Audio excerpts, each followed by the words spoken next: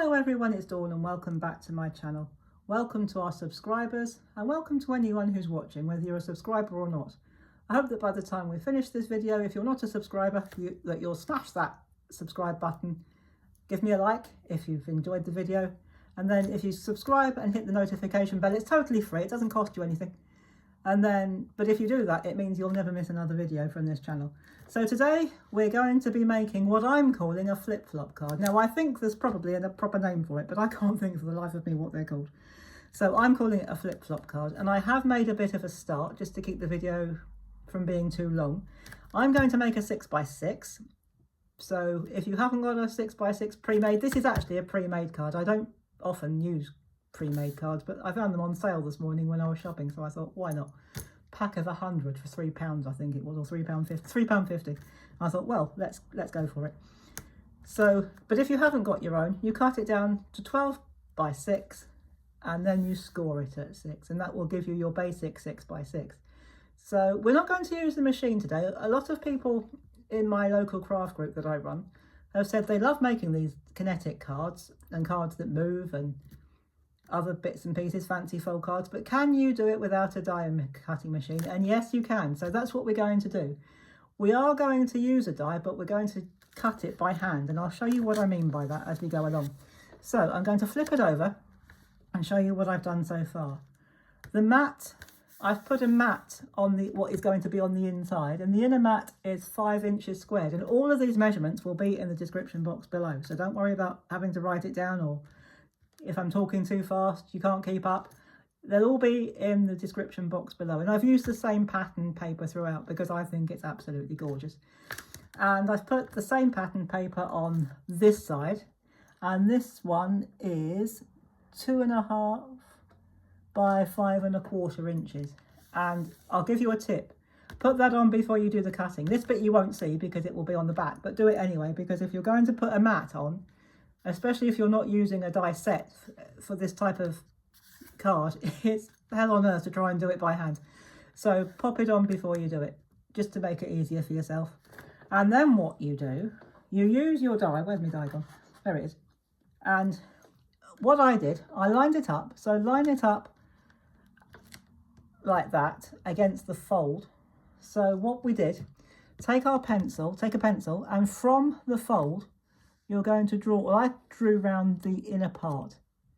But as I say, if you haven't got a die, just cut a piece of ordinary cardstock to 4.25 inch square and use that as your die. So just put it to where you want it and draw around it, but only draw around 3 sides. Don't draw around that centre line, keep that untouched. And then what I did with mine, to cut it out, I used a rubber mat. This is an old mouse mat. And oh yeah, you can still see. I was just standing up to have a quick look to make sure you can still see. And what I did was I started off by just poking my scissors through the mat. And then once you've got that first incision, you can cut those 3 sides, but do not cut down that bit because you'll just end up cutting a gap out of it. It'll be more like an aperture card. So that's what we do. And then, now I'll let you into a little secret. This is about the 4th time I've tried this video because every time I've done it, I've got the sequencing wrong.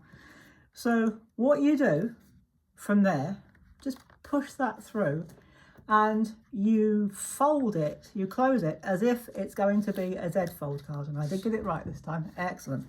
So what I'm going to do now is I'm going to put a piece of card on this bit here, pattern paper. And again, it's 4.5, no it's not, it's 4.25 inch square.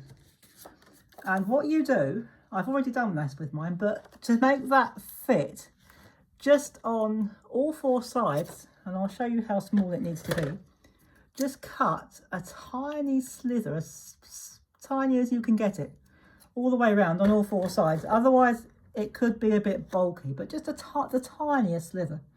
So I'll tell you what I'll do. I've got a card that I was using to work it out. So I'll show you how tiny it needs to be. So this is just a piece of scrap card. So just a tiny piece, oops, like that, just a tiny sliver on all 4 sides, just so that it'll slide in better. So I'll just put that down there, get the die out of the way.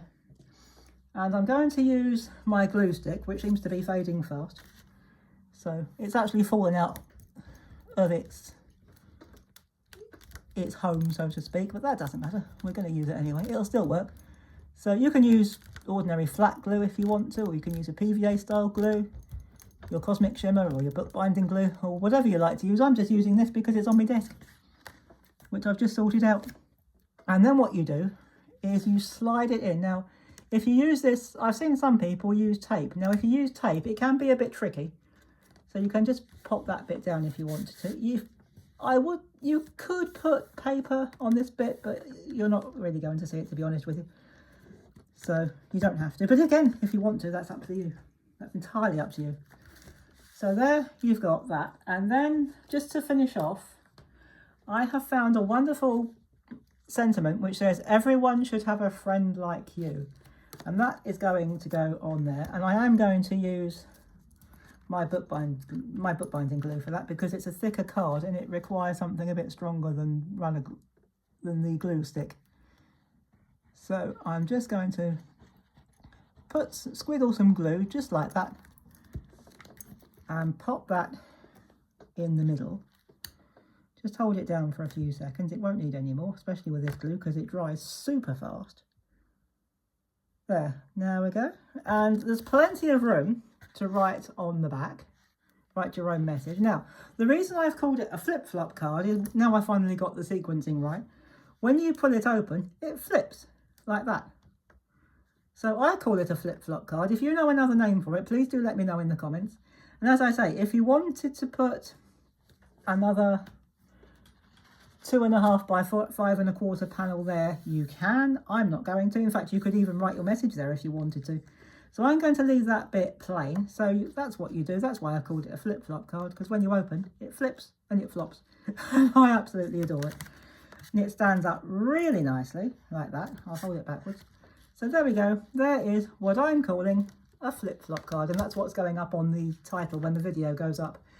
So I hope you've enjoyed this video, and I do hope you have a go yourself, whether you do it this way or whether you do it the traditional way by using a die machine. The other reason, incidentally, I didn't use my die machine is because this stand, the thread has gone on the thing that holds it up, and I can't get it any higher, and it's not really high enough to get my die cutting machine under. My die machine is there, and I think it's about less than 3 inches in height, so I don't think I get it in a place that you could see it. So that's the other reason I did it by hand. So I hope you've enjoyed this, and I hope you have a go yourself. And if you do have a go yourself, whichever method you choose to do, please do pop over to our Crafty Capers with Dawn Facebook group. We'd love to see your versions of this. And if you wanted to, you could even dress this up further, as long as you don't put anything over the edge, because otherwise the flip-flop part won't work. So, but you could put some flowers, you could put some bling around the edge if you wanted to, but I'm going to leave mine like that and just take that bit of rubbish away, because I think it looks fine like that. You could put some washi tape or, again, bling around here if you really wanted to, but that's entirely up to you. So this is one of those cards. You can keep it as plain or decorate it up as much as you want to. So make it your own, and do, as I say, do come and show us over at Crafty Capers with Dawn what you do and how you make your cards. And I will see you on Wednesday with another project. And until then, thank you very much for watching. Thank you to our subscribers. Thank you for giving me a thumbs up. Thank you for your lovely comments that you leave. I read every single one and enjoy reading them. And I do my best to reply to everyone too. So I will see you on Wednesday now. So enjoy the rest of the week, and I'll see you soon. And in the meantime, take care everybody. Have fun. And as always, happy crafting. Bye bye for now.